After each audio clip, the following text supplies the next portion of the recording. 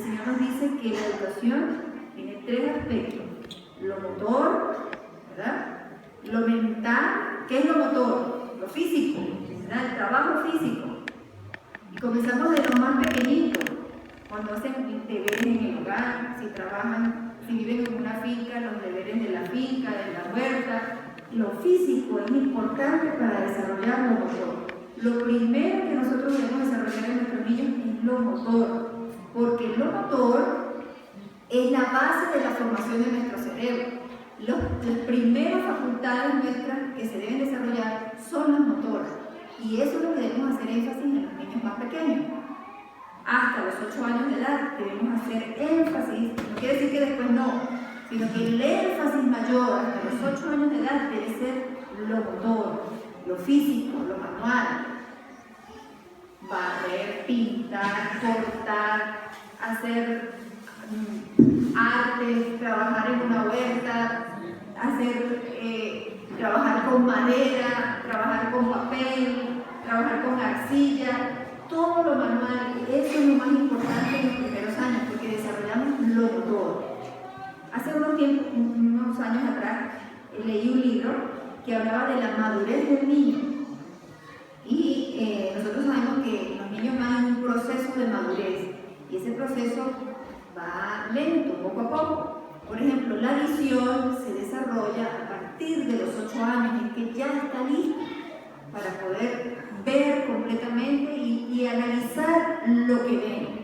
Muchos niños antes de los 8 años ven cosas pero no las pueden analizar, no saben qué es. Y una prueba para la madurez visual y la madurez intelectual se hace con el agua. Yo se la hice a mis hijos, porque yo leí eso y dije, yo quiero saber si ellos están listos para la educación. Y entonces decía el autor, es un psicólogo cristiano, es adventista, cree en el espíritu de profecía. Entonces él decía que una de las pruebas que se hacían en los niños era tomar un vaso de agua, delgado y alto, y otro vaso, gordo y pequeño, pero que tuvieran la misma capacidad. 250 cc, 250 cc, ambos vasos. Entonces usted le echa un vaso y luego le muestra al niño: mira, tengo este vaso de agua, el chiquito y gordo, con esta cantidad de agua. Ahora se la voy a echar al otro vaso, al vaso que es largo pero es angosto, es alto pero angosto. Entonces le pregunto: ¿cuál de los dos vasos tiene más agua? ¿Qué dicen los niños? Cuando usted le pregunta eso, hágalo experimento a un niño de 4 años de edad. ¿Qué le va a decir? El alto. ¿Sí? Es la misma cantidad de agua. ¿Por qué? Porque ellos todavía no tienen desarrollado esa capacidad de combinar, de conectar lo que están viendo con el razonamiento. ¿Dónde se razona? Aquí, en la corteza. Es la corteza, no la base del cerebro, sino la corteza es la que nos ayuda a razonar, a pensar, a entender lo que estamos viendo y haciendo. Entonces, esa corteza empieza a desarrollarse después de los 8 años de edad.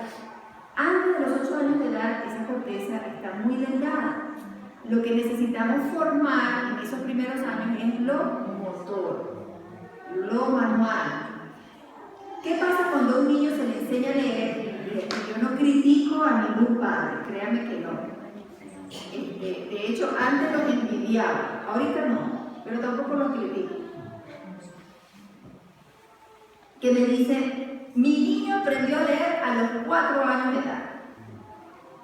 Mi niño aprendió a leer, hay unos que son más atrevidos, a los 3 años de edad.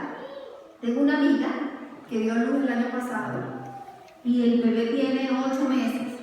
Y en estos días que me la encontré, le pregunté: ¿y tu bebé? Ya está en la escuela. Yo me quedé sorprendida. ¿Escuela? Sí, ahí está. Bueno, pues no le estoy enseñando nada, pero ya está en la escuela. Me aseguro el cupo y bueno, todo lo demás que viene en la sexta. ¿Qué pasa cuando un niño aprende a leer antes de que se haya desarrollado la corteza? Él puede leer, pero no comprender. Y entonces, él trata de hacer una conexión con la realidad, lo que él lee, y lo entiende en su cerebro inferior, que es la amígdala, que es el hipocampo. Ahí es donde hacen las conexiones ellos, pero no se logra una relación completa de lectura y realidad. Entonces estamos impidiendo el desarrollo de las nociones cognitivas del niño y de su pensamiento crítico. Y resulta que hoy cada vez más el niño entra más temprano a la escuela, ¿verdad? Ya, fíjense, hace poco yo puse en mi Facebook un video, que lo quiera ver, lo puede ver allí, de las escuelas de Finlandia. Dice que son las mejores escuelas del mundo. Y los niños comienzan la escuela a los 7 años de edad. Antes de eso está prohibido que el niño entre a la escuela, ¿sí?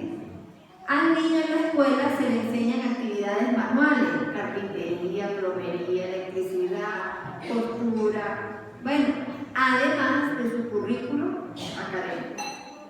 Por eso dicen que es una escuela muy completa, porque abarcan esas dos áreas. ¿Por qué traigo esto aquí a colación? Porque hay un mensaje para nosotros y es muy evidente y hay una base científica para eso. No es porque necesitemos la base científica, sino porque es interesante saber cuando Dios nos dice algo, ¿por qué nos lo está diciendo? Dice que más del 80% de los empleados son deficientes en destrezas como la comunicación, la ética en el trabajo y el pensamiento crítico. Esto lo dice un autor americano.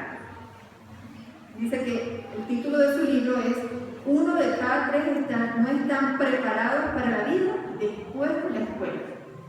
1 de cada 3 no están preparados para la vida después de la escuela. ¿Es eso una realidad?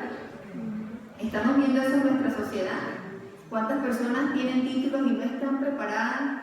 No manejan muchas veces sus destrezas, las que supuestamente tienen o las que estudiaron, y muchas veces no tienen entonces el pensamiento crítico. ¿Qué decisión tomo en esta situación? De trabajo o de lo que sea que estoy haciendo. No tienen ese pensamiento crítico. Y vamos a desglosar un poco esto, por qué esto sucede. ¿Por qué es importante pensar? Vamos a ver qué dice el Espíritu y Profecía. La pureza moral depende del pensar y obrar de la manera de vida. ¿De qué depende la pureza moral? De pensar. Cuando yo medito, lo que yo estoy haciendo tiene un efecto en mi vida.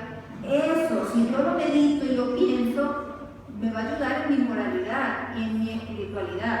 Pero si yo no lo pienso, pierdo la pureza moral.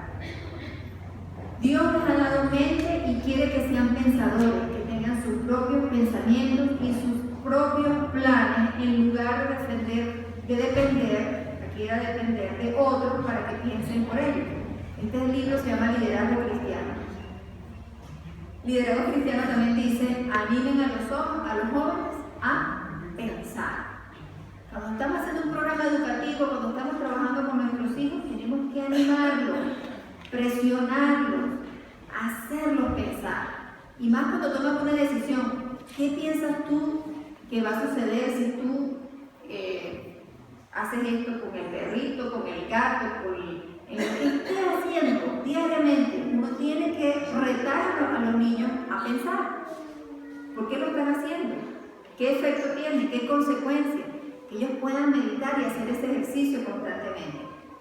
Menos de la mitad de la población es capaz de mantener un razonamiento formal. El mismo libro Liderazgo Cristiano dice: Dios ha dado talentos a los hombres que Él quiere que usen. Les ha dado mente y quiere que sean pensadores y que tengan sus propios pensamientos y sus propios planes en lugar de depender de otros para que piensen por ellos. Dios llama a cada uno con quien Él trabaja para hacer la más elevada clase de pensamiento. Los que llevan responsabilidades tienen que ser hombres a quienes Dios puede instruir y a quienes Él pueda honrar con sabiduría y entendimiento, como a Daniel. ¿No queremos tener nosotros el mismo razonamiento de Daniel? Imagínense el razonamiento de Daniel. ¿Cómo será el razonamiento de una persona que tiene una inteligencia emocional tan elevada como la de Daniel, que el rey a quien él servía era el mismo padre y él tratarlo con todo el respeto y consideración. ¿Cómo vemos nosotros eso? ¿Dónde estaba la moral de Daniel? ¿Cómo era su inteligencia emocional? Entró en crisis, hizo una pataleta, ¿sí? ¿Qué hizo Daniel? Bueno, estoy en una crisis, no puedo manipular todas mis situaciones, pero quiero ser fiel a Dios. Y se mantuvo fiel a Dios, el Señor pudo hacer con Daniel cosas que poco ha hecho con otros hombres porque no hemos dejado, ¿verdad? Porque no nos hemos dejado y no se han dejado. Entonces el Señor quiere honrarnos ¿con quién? Con sabiduría. Hay mucho pensamiento que debe hacerse. No debemos entrar en la obra de Dios al azar o esperando éxito. El Señor necesita hombres de mente, hombres pensadores. Dios quiere pensadores en lo correcto y hombres inteligentes que puedan hacer el gran trabajo necesario para la salvación de las almas. ¿A quién les gusta el Señor? Personas inteligentes, personas. ¿Qué es una persona inteligente? ¿Qué pensamos nosotros de una persona inteligente?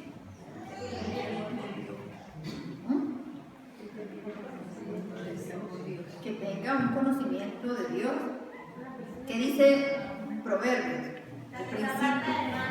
¿Cómo?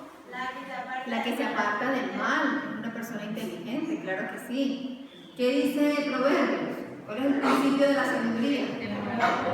Ahora demás es una persona inteligente. A veces pensamos que los inteligentes son solamente los brillantes, los que han hecho, los intelectuales, ¿verdad? Pero no es esa la... Y es interesante porque hace poco estaba viendo una lista de todos los hombres que han hecho historia en el mundo y la mayoría de ellos no tuvieron educación formal. La mayoría de los presidentes de Estados Unidos no tuvieron educación formal. Abraham Lincoln, Benjamin Franklin, Winston Churchill en Inglaterra, tremendo liderazgo, pero ¿qué hicieron ellos? ¿Qué hicieron sus padres? Estimularon el desarrollo de las habilidades que ellos tenían. Nosotros tenemos que mirar eso. Cada uno es un ser individual y tiene habilidades en alguna área o en otra. Y no todos vamos a tener habilidades quizás en las mismas. Nosotros hemos hecho de la educación que, bueno, si sabe matemática, español, inglés, ciencia, naturaleza, ya, eso es educación. Pero si el niño sabe otras destrezas o tiene tendencia a desarrollar otras destrezas, deberíamos animarlo en las destrezas que estamos viendo que son sus talentos naturales que el Señor le ha colocado y las que tenemos que desarrollar. Aunque yo estoy diciendo esto, yo no quiero que se malinterprete que entonces la educación formal no sirve, no es necesaria. No, todo lo contrario, la necesitamos. Pero necesitamos nosotros mantener un equilibrio en eso y saber el equilibrio que el Señor nos ha dado, ¿verdad? De la mente, mano y el corazón. Todo ser humano creado a la imagen de Dios está dotado de una facultad semejante a la del Creador. ¡Qué belleza de este mensaje, de esta cita! Todos nosotros, todos ustedes, yo, estamos ¿qué? Dotados de una facultad semejante a la de quién? Nada más y nada menos. ¿Cómo lo hizo el Señor? Una facultad semejante a la del Creador. ¿Qué más dice aquí? La individualidad, la facultad de pensar y hacer. Esa individualidad, esa facultad, eso es algo que nos dio el Señor, semejante a Él, pero somos diferentes unos de otros. Todos somos diferentes unos de otros. Los hombres en quienes se desarrolla esta facultad son los que llevan responsabilidades, los que dirigen empresas, los que influyen sobre el carácter. Qué bueno que todos pudiéramos tener ese desarrollo para poder llegar a tener más responsabilidades. A veces la educación nos ha llevado por un camino donde nosotros pensamos, yo quiero hacer una carrera donde yo no tenga que trabajar mucho, ganar mucha plata y estar sentado todo el tiempo. ¿No pensamos así? Pero ¿cuál es la verdadera educación? ¿Es eso lo que el Señor quiere? No, el Señor no está diciendo no.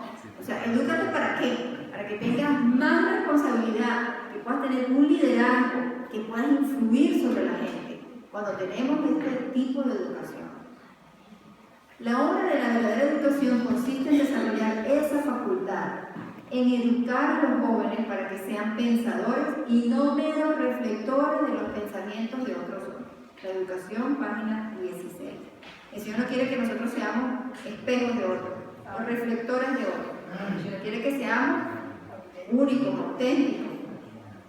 En vez de restringir su estudio a lo que los hombres han dicho o escrito, los estudiantes tienen que ser dirigidos a las fuentes de la verdad, y la mente se expandirá y se robustecerá. En vez de jóvenes educados, pero débiles, las instituciones del saber deben producir jóvenes fuertes para pensar y obrar, jóvenes que sean amos y no esclavos de las circunstancias, jóvenes que posean amplitud de mente, claridad de pensamiento y valor para defender sus convicciones. Cuando un joven tiene valor para defender sus convicciones, podemos estar pensando que tiene un pensamiento crítico, ¿verdad? Que tiene un pensamiento independiente, que puede desarrollar sus facultades. A veces, los años lo ayudan a uno a poder discernir, porque el tiempo le va mostrando muchas experiencias a uno. Y a veces nosotros vemos cuando los niños están pequeños, y no siempre es así, pero voy a dar un ejemplo, cuando están muy pequeños y son bien obedientes, nosotros pensamos, a veces nos tranquilizamos, wow, estamos haciendo un buen trabajo, ese niño es obediente, todo lo que yo le digo, me dice que sí, me lo hace, pero pasa un fenómeno, no sé si a ustedes les ha pasado, pero cuando llegan a la adolescencia, se les olvida de esa obediencia instantánea que tenían, ¿no? Entonces uno empieza a pensar, bueno, ¿qué fue lo que fallé? ¿Qué fue lo que hice mal? ¿Será que, bueno, los niños van entrando en un proceso también de desarrollo y también van adquiriendo su propia individualidad, pero eso no significa que tienen que ser desobedientes. Pero muchas veces esas diferencias las podemos interpretar como desobediencia, pero los niños muchas veces tienen sus propios pensamientos, tienen sus propias ideas. ¿Cuál es nuestro rol? ¿Cómo encauzarlo en un pensamiento crítico, pero basado en una verdad, que es verdad? Nosotros tenemos que vivir la verdad como una verdad, para que eso pueda impresionarlos a ellos y puedan buscar esa verdad. Dice que la mente se expandirá y se robustecerá. Y en vez de jóvenes educados, pero débiles, necesitamos son jóvenes fuertes, que piensen, que obren, que sean amos y no esclavos de las circunstancias, que tengan amplitud de mente, claridad de pensamiento y valor para defender sus convicciones. La individualidad es el poder para pensar y hacer. Entonces, ¿qué es lo que debemos aprender?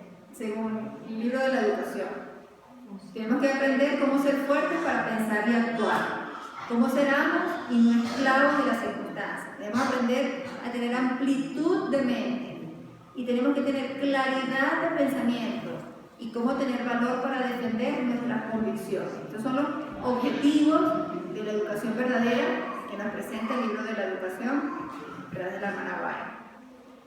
En tiempos de desilusión y oscuridad, cuán importante es tener calma, ser pensadores, que no dependamos de las circunstancias, pero que confiemos en Dios y trabajar en oscuridad, tanto en oscuridad como en la luz.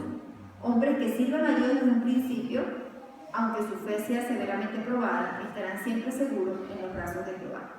Esta cita nos habla de lo que hoy en día se está llamando inteligencia emocional.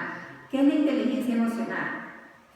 Antes se hablaba de que era muy importante el coeficiente intelectual y se medía la sabiduría de un niño a través del coeficiente intelectual. Pero resulta que se dieron cuenta luego los especialistas que los niños tenían un coeficiente intelectual elevado, pero no sabían salir de una crisis, no sabían manejar sus frustraciones, no tenían posibilidades de poder tener empatía con sus compañeros. Entonces se dieron cuenta que faltaba un ingrediente en estos niños y que podían tener un coeficiente intelectual muy elevado, pero no eran inteligentes emocionalmente. ¿Qué es inteligencia emocional? Es lo que dice aquí. En tiempos de dificultad, mantener la misma serenidad. ¿Sí? ¿Cuántos matrimonios hoy en día no se rompen por falta de esta inteligencia emocional? Y eso sucede constantemente. Hace poco estábamos haciendo consejería a una pareja que tenían problemas porque nosotros pensamos cuando nos casamos que vamos a entrar en un ideal. ¿Qué es el ideal nuestro? Bueno, nos casamos, vivimos solos como familia, porque dice la Biblia que el padre dejará a su madre y a su padre, se unirá a su mujer y serán una sola carne y estarán solitos y nadie los va a interrumpir en ese proceso y van a vivir tranquilos y en paz sin ningún problema. Pero no siempre suceden esas circunstancias, ¿verdad? Hay circunstancias donde nos toca vivir con los suegros, o le toca vivir con una tía, o resulta que hay un familiar enfermo y toca que cuidarlo, o hay una situación económica y el esposo pierde trabajo y tiene que irse a vivir con los suegros. Son situaciones que suceden, o hay una situación de enfermedad. Nunca vivimos el ideal que pensamos. ¿Cómo nosotros reaccionamos a esa situación? Se tiene que romper el hogar porque no podemos sobreponernos a la crisis. ¿Dónde está nuestra inteligencia emocional? Y esta pareja estaba pasando por una crisis porque no pudieron vivir su ideal en el país donde ellos habían estudiado y habían obtenido sus títulos, los dos eran profesionales, no pudieron trabajar en su país, tuvieron que mudarse a otro país, su madre quedó sola y entonces ellos tuvieron que llevarse a la mamá a vivir con ellos a su otro país y entonces entraron en conflicto. Y el conflicto es, si uno se pone a caracterizarlo, uno dice, pero qué tonto, o sea, un problema porque el cilantro se lo botó, porque la leche se le derramó, porque el esto, o sea, así son los problemas. Y cuando eso causa un problema y yo no lo puedo superar porque me dañó un sartén, porque me rompió el teléfono, porque me hizo esto, si nosotros esas cosas le damos tanta importancia, hacemos una crisis con eso, no tenemos inteligencia ni madurez emocional, de todo hacemos una crisis, de todo explotamos, no hay inteligencia emocional. ¿Por qué no se desarrolla eso? Bueno, primero, desde pequeños no nos enseñaron que las frustraciones eran reales. Nosotros no queremos que el niño se caiga, ni que se rompa, ni que le pase nada, ni que le... nada. Entonces, como los tenemos como una tacita de cristal, cuando crecen no pueden seguir en la tacita de cristal. Y entonces cuando vienen las crisis, explotamos, ¿verdad? No mantenemos la calma de pensar, de, bueno, tenemos estas circunstancias, cómo enfrentar las circunstancias que estamos viviendo y no necesariamente responder de una manera que no es sabia, no es pensando. Ahora, ¿por qué vemos tantos de esos problemas? Porque Satanás se ha empeñado de dañar la mente. Satanás lo que más se ha propuesto dañar es la mente. Es el engañador de todo este tiempo. Dice Apocalipsis 7:3 que hasta que marquemos con un sello en la frente de los siervos de nuestro Dios. ¿Dónde Dios nos sella a nosotros? En el lóbulo frontal. ¿Y dónde sella Satanás a sus siervos? En la mano y en el lóbulo frontal. Apocalipsis 14:9. Satanás es el padre de mentira. Eso dice Juan 8:44. Eso lo sabemos. Que es mentiroso desde el principio, padre de mentira, y engaña constantemente. ¿Y por dónde nos engaña? Por la mente. ¿Cómo trabaja? Con nuestros pensamientos. Allí, a nivel de nuestros pensamientos, es que trabaja Satanás para desviarnos de la verdad. ¿Cómo podemos saber si lo que escuchamos es verdad o es mentira? Con nuestra mente. En Mateo 24, Jesús nos dijo que Satanás en los últimos tiempos iba a tratar de ¿qué? De engañar. Dice Science of the Time, esto lo traduje a mi manera, así que no está muy bien redactado. Dice, los mejores soldados son aquellos que son entrenados, que son inteligentes, fieles, valiosos y veraces. Un soldado necesita pensar. La batalla en la que estamos comprometidos es en gran manera mental, y la mente que está enteramente entrenada hará el trabajo más aceptable. Entonces, lo que nosotros tenemos que entrenar es nuestra mente, nuestros pensamientos, hacia dónde van. Dios sabe que tendremos que batallar con los poderes de las tinieblas, que se esfuerzan por conquistar el dominio de la mente humana. Mensaje para los jóvenes. Al renunciar el estudiante a la facultad de razonar y juzgar por sí mismo, se incapacita para distinguir la verdad y el error. Es presa fácil del engaño. Cuando un joven no sabe qué es bueno ni qué es malo, es presa fácil del engaño. ¿Qué ejercicio debemos hacer con nuestros hijos constantemente? Conversar acerca de eso, reflexionar acerca de eso. ¿Por qué es esto malo? A veces hay expresiones que uno aprende y uno a los chiquitos le dice, cuando están tocando algo que sabemos que le va a hacer daño o que no lo deben tocar, ¿qué le decimos? Caca. ¿Qué es caca? ¿Qué es caca? Pupú. ¿Por qué le decimos pupú? ¿Y por qué no le enseñamos por qué no? ¿Qué es lo que no debe tocar y por qué no lo debe tocar? Pensando que es que el niño no entiende. Pero nosotros mismos le estamos transmitiendo un pensamiento raro. Estamos haciendo caca, pao, pao. Y hablamos como que si nosotros fuéramos unos niños. ¿Verdad? Y nosotros no somos niños, somos adultos, tenemos que hablarles como adultos y explicarles como adultos lo que ellos necesitan entender en un lenguaje simple, pero no distorsionado. No distorsionado. Cuando controlas el pensamiento del hombre, esto lo dice un pensador, no debes preocuparte acerca de sus acciones. Si tú controlas el pensamiento, ¿cómo van a ser sus acciones? Como sean sus pensamientos. Así como la persona piensa, así mismo actúa. Así es. Por eso, ¿qué es lo que debemos trabajar? Los pensamientos. Es a este nivel.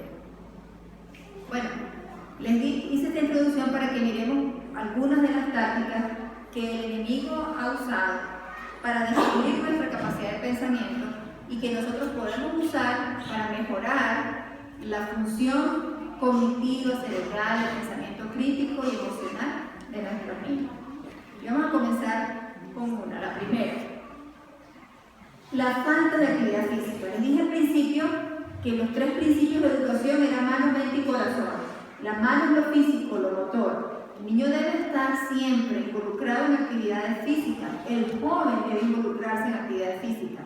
Hoy en día los estudios dicen que mientras más actividades físicas haga la persona, más se desarrolla su corteza cerebral.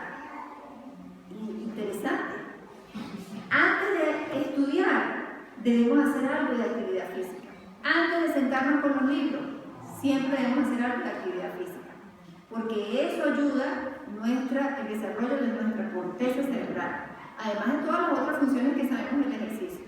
Pero la actividad física es importante. Pero no solamente es hacer ejercicio por hacerlo, sino que ojalá ese ejercicio pudiera ser un arte, donde pudiéramos aprender algo. Estamos haciendo algo con nuestras manos. Y de esa manera estamos no solamente haciendo una actividad física, sino que estamos involucrando también nuestra mente, nuestras facultades, a aprender algo que puede ser útil. El ejercicio cuando hacemos ejercicio se nos conectan las funciones elevadas del lóbulo frontal, mejora las habilidades de actividades que se repiten automáticamente. Por ejemplo, hoy en día vemos que hay un cambio en la escritura en los niños. Antiguamente era muy riguroso la escritura. Las maestras nos ponían a hacer ejercicios, Palmer y todo, para poder tener una letra homogénea. Hoy en día a eso no se le da importancia. De hecho, está escrito en los programas de educación que no importa cómo el niño escriba, lo importante es que tenga buena ortografía. Pero que ya eso no es importante, eso es lo que están diciendo ahora. Pero no voy a discutir si es bueno escribir el estilo Palmer o no, pero lo que sí sabemos es que tenemos que tener una buena agilidad para escribir. Un niño que escribe lento y para coger un dictado, para tomar un dictado, bueno, o sea, tiene que repetirle varias veces porque su escritura es lenta. Eso necesita entrenamiento, necesita práctica, necesita constancia en eso, y eso es parte de una actividad física y eso ayuda a desarrollar esa. Mientras más actividades físicas hagamos con las manos, más agilidad vamos a tener también para escribir. No necesariamente aprendemos a escribir haciendo ejercicios de escritura, sino trabajando lo motor. Eso nos ayuda. La actividad física mejora las habilidades cognitivas. Los jóvenes que hacen, les decía el ejemplo de mi compañero, que era muy inteligente en lo académico, con un coeficiente intelectual elevado, pero no tenía agilidad física. No podía ser un médico, no puede atender un parto, no puede hacer una sutura, porque nunca él tomó una escoba en su casa, nunca su mamá lo dejó doblar una ropa, nunca lo dejaron a él exprimir un colete, nunca.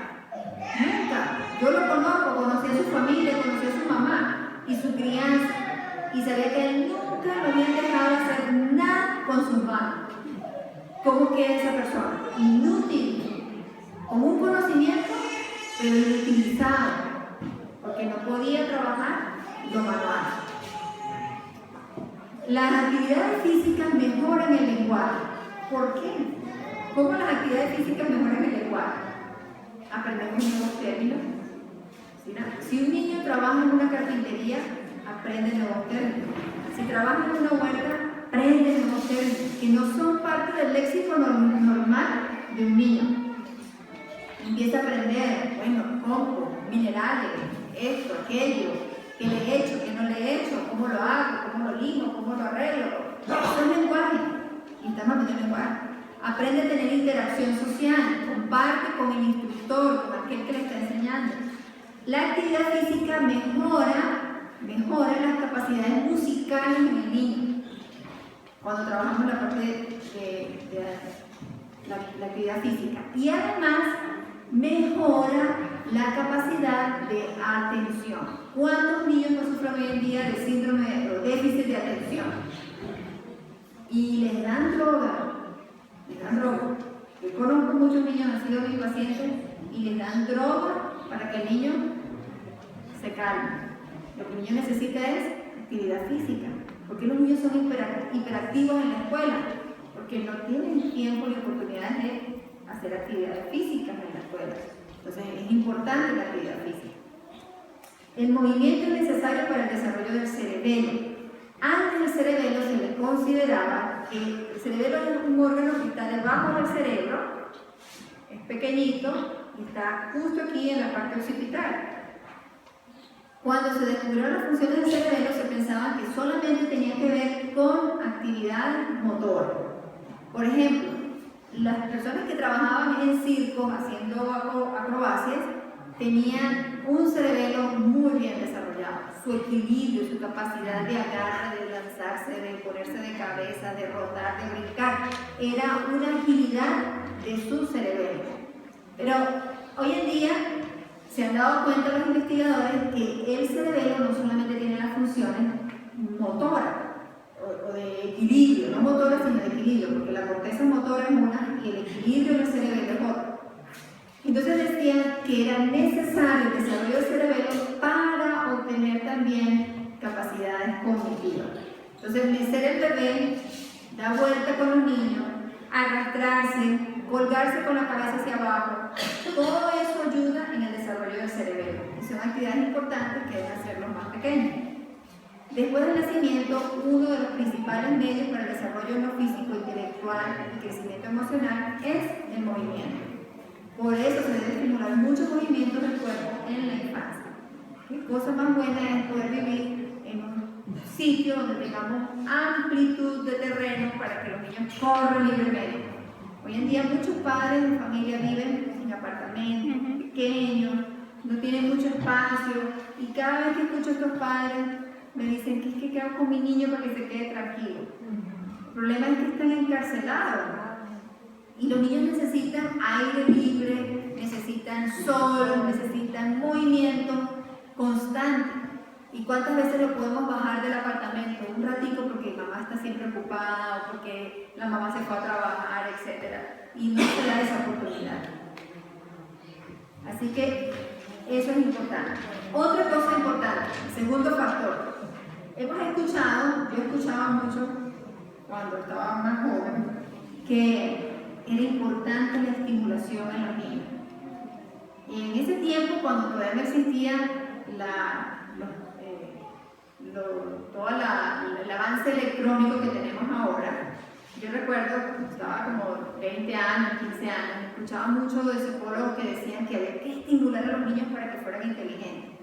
Y las maneras de estimularlos era, ponerles muchos colores, figuras de colores, y ponerle figuras y cosas. Y yo decía, yo voy a hacer eso cuando tenga mis hijos. Yo quería hacer eso porque siempre uno tiene ese anhelo de que, bueno, se desarrollen en lo máximo. Cuando uno va entrando en esta experiencia y vamos viendo qué es lo importante del estímulo, lo más importante del estímulo son los estímulos naturales, los propios de la naturaleza. No hay cosa que desarrolle más el intelecto que el estímulo que la misma naturaleza nos ofrece. A diferencia de los estímulos artificiales. Los niños hoy en día, más que en aquel tiempo cuando estudiaban acerca del estímulo, están sobreestimulados. ¿Qué es lo que los estimula? Bueno, televisor es el número 1. Muchos niños están, sí, desde bebé, si no son pantallas grandes, planas, son pantallas pequeñas en el celular de la mamá, y los bebés son expertos en los celulares más que uno mismo, ¿verdad? Rápido aprenden. Yo escuché, leí una vez un pensamiento que decía, ¿por qué será que los niños nos ven barrer, pero no aprenden? Pero nos ven manejando una computadora y la aprenden. Y eso sucede, ¿no? Los niños rápido con el electrónico, eso es rápido que aprenden. Es un sobreestímulo. Pero esa estimulación excesiva afecta su corteza cerebral y afecta su pensamiento reflexivo. Dice aquí, cuando lo llenan de juguetes con muchos juegos electrónicos y otros artefactos, afecta su capacidad de razonar. Los niños necesitan tiempo para razonar, para reflexionar, para organizar y ordenar en sus mentes sus ideas. Y cuando pasan de una actividad a otra, saltan, se rompen, se saltan esa capacidad de razonamiento. Generalmente en la ciudad los niños pasan de una actividad a otra. Hacen una cosa, rápido hacen otra, y si es en una escuela, más, ¿verdad? Tocan el timbre, otra materia, tocan el timbre, otra materia, y pasan de una cosa a otra, de una cosa a otra constantemente. No terminan algo cuando ya están comenzando otra cosa. Esto causa estrés en los niños, porque no tienen toda la capacidad en su memoria para procesar lo que ven, y esto les causa estrés pasar de una actividad a otra. Lo que ven en la televisión para ellos es real. Ellos pueden ver a alguien asesinando y les parece que es real. ¿Sí? Y si ellos ven desde pequeños que eso es real y nosotros no reaccionamos, si usted estuviera en la calle con su niño y usted ve que viene un ladrón y empieza a robar a una persona con la pistola y ese ladrón dispara, ¿usted qué haría? ¿Cuál sería su reacción? ¿Usted sigue tranquilito caminando en la calle? No, usted corre, se encarama, grita, llama a la policía, cualquier cosa. Los niños ven que eso pasa en la televisión y nadie reacciona. Entonces, ¿qué piensa el niño? Normal, ¿verdad? Los niños, tuve experiencias con mi niño que cuando era pequeño veíamos una historia y había fuego, se estaba quemando una casa y estaba dibujada en el libro y él no lo quería tocar porque pensaba que se iba a quemar. ¿Por qué los niños hacen eso? Porque los niños creen lo que ven. Ellos no tienen razonamiento todavía.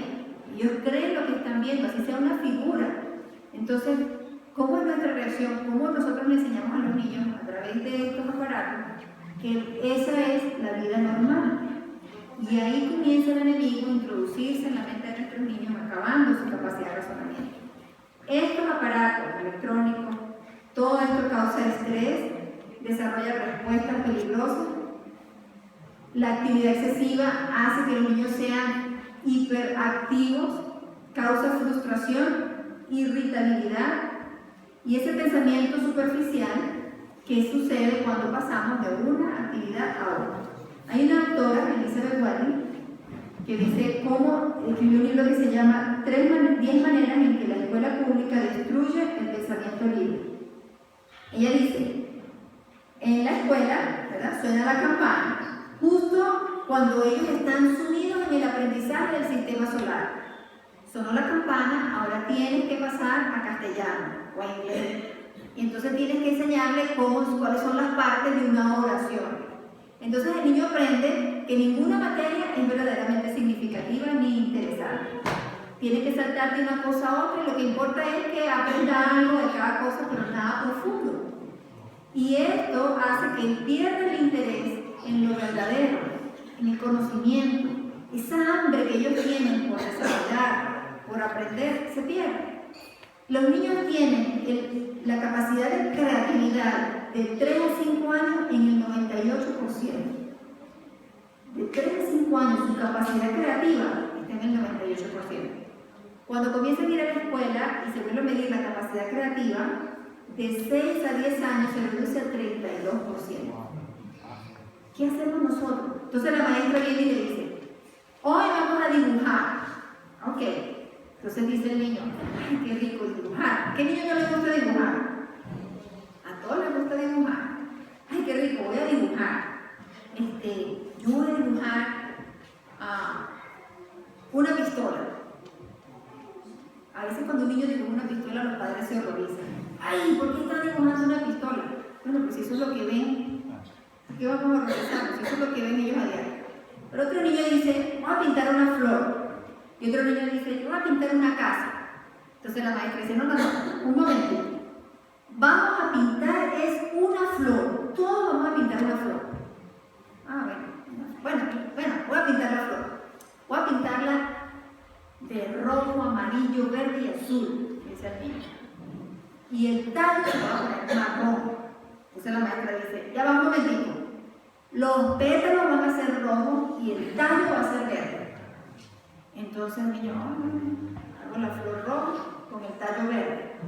Y le presenta su flor a la maestra. ¿Qué hicimos en ese proceso? Anulamos la capacidad creativa del niño. Completamente la anulamos. Y después entonces nos preocupamos por qué el niño no tiene creatividad, porque el joven que le falta creatividad, porque desde pequeño le estamos rompiendo la creatividad, coartando la creatividad en el niño. Cuán importante es que ellos puedan desarrollar sus propias y que cometan errores, que se salgan de la línea, que pinten una flor de un color que no existe. Eso es importante para el desarrollo de su creatividad. Eso es algo que ellos están desarrollando. Después ellos van a mirar la naturaleza y van a pintar lo que ellos ven. Bueno, las flores son rojas, las hojas son verdes, los tallos son marroncitos y generalmente empiezan a pintar así. Pero nosotros no tenemos que de una vez, no, así no es. Eso no existe. Eso no. No, porque ellos están en una etapa donde están desarrollando su creatividad. Y debemos dejarlos en ese sentido libres para que ellos desarrollen su creatividad. El niño necesita tiempo para pensar y explorar. Permítele a su niño explorar algo, dele tiempo para que lo digiera y reflexione sobre eso. No le enseñe a pasar de una actividad a otra sin que digiera lo anterior. Dele tiempo para estudiar la naturaleza sin decirle que está en una clase de ciencia. Qué bonito es eso, ¿verdad? Que podamos ver, si tenemos la oportunidad de ver cómo las hormigas hacen sus casitas, mirar cómo viven, de qué se alimentan, cómo hacen el honguito, cómo llevan las hojitas, cómo se transforman. Eso es toda una clase de naturaleza y podemos hacerla totalmente experimental. Y eso despierta el hambre por conocer. Pero cuando nosotros nada más lo enseñamos de un libro y escriban el libro y sigan las instrucciones y no se salga de ese esquema, le estamos haciendo un embudo de su creatividad y su capacidad. Otro niño estaba ocupado construyendo algunos esquemas mentales acerca de los números. Entonces tenía una cantidad de bloques y los alineó en una fila, los contó en una dirección, luego en otra, de atrás hacia adelante, de adelante hacia atrás, para ver si eran los mismos. Luego los montó uno sobre otro, hizo una torre, los volvió a contar de abajo hacia abajo, de arriba hacia abajo, y se convenció de que 8 eran 8, no importa cómo los contara. Usted le dice a un niño, ¿cuánto es 2 más 2? Y usted le pone 2 manzanas, 2 peras, y se las pone en un dibujito. Y usted le dice, esto es 4. Y usted empieza a decirle, esto es 4, esto es 4. Y dice, bueno, 2 más 2 son 4, pero no lo razonó, no lo vio, no lo tocó, no lo palpó, no sabe cuál es la realidad. El niño tiene que aprender a ver la realidad. Igual es con los jóvenes. Usted le enseña matemáticas. Yo había pedido que me trajeran el libro de un libro que se llama El niño, la edad y su educación, de la hermana Elena G. de White. Es un libro que no está traducido al español. Y ella habla del currículo. Y en ese libro es interesante. La hermana White nos dio un currículo para primaria, para secundaria y para los estudios superiores. ¿Cuál es el currículo? Y el currículo de ella, el que ella nos muestra, que es el que el Señor nos ha dado, es un currículo totalmente equilibrado, donde hay un equilibrio entre materias que son prácticas de la vida y otras materias que pudiéramos decir son académicas, pero están supeditadas a la realidad, a lo que vivimos diariamente. Ella, por ejemplo, dice, cuando enseñemos matemáticas, enseñemos que sea aplicable, que sea algo que usted pueda aplicar en su vida, ¿verdad? Cómo sacar cuentas, cómo llevar un libro de contabilidad, cómo estar pendiente de... Cuando usted le enseña al niño a diezmar, eso es una clase de matemáticas, eso es el porcentaje. Ellos empiezan a ver, a visualizar lo que es el porcentaje, cómo sacarlo. Entonces, cuando enseñemos algo, debemos enseñarlo de manera que pueda ser práctico para ellos, que pueda ser real, visual. Esto ahora, cuando hablamos de que el niño necesita tiempo para pensar y para explorar, no significa que el horario no es necesario, ¿sí? Porque pudiéramos estar pensando que entonces no es necesario la rigurosidad de la escuela, de los horarios, no, eso es necesario. Nosotros necesitamos, dicen, la Biblia y el Espíritu dice que Dios es un Dios de orden, ¿verdad? Que todo le gusta que sea ordenado. Y el orden, cuando entra por los ojos, cuando usted ve algo ordenado, usted le ordena sus hormonas, le equilibra lo ácido básico, todo se equilibra por la vista. Nosotros cuando vemos a un cuarto desordenado, así mismo se desordena nuestra salud. Cuando usted le ordena un horario a un niño, así mismo se ordena su vida. El cerebro siempre tiene que saber qué viene después. Los horarios, cuando la hermana White dice que debemos darle lactancia materna cada 2 horas con un horario, ese rigor, no estamos hablando de que ese rigor no es necesario. Ese rigor es necesario porque el cerebro, eso le da seguridad al niño. El niño no tiene que llorar para que le dé pecho, ¿no? El niño ya sabe que cada 2 horas usted le va a dar pecho. Y eso le da seguridad al niño, eso desarrolla su seguridad emocional. Entonces el niño necesita sus esquemas mentales, necesita sus tiempos y sus horarios, pero con un rigor flexible en cuanto al aprendizaje. Si usted le está enseñando un tema, aproveche ese momento para enseñarlo completo, para darle todo de principio a fin, de manera que él pueda quedar con hambre. Esa noche se puede acostar pensando en el sistema solar, la luna, cómo le da vuelta, el sol, cómo se mantiene fijo. Y si usted le enseña que esa estrella del sol es más pequeña que otras estrellas y usted le hace las figuras comparativas de los tamaños,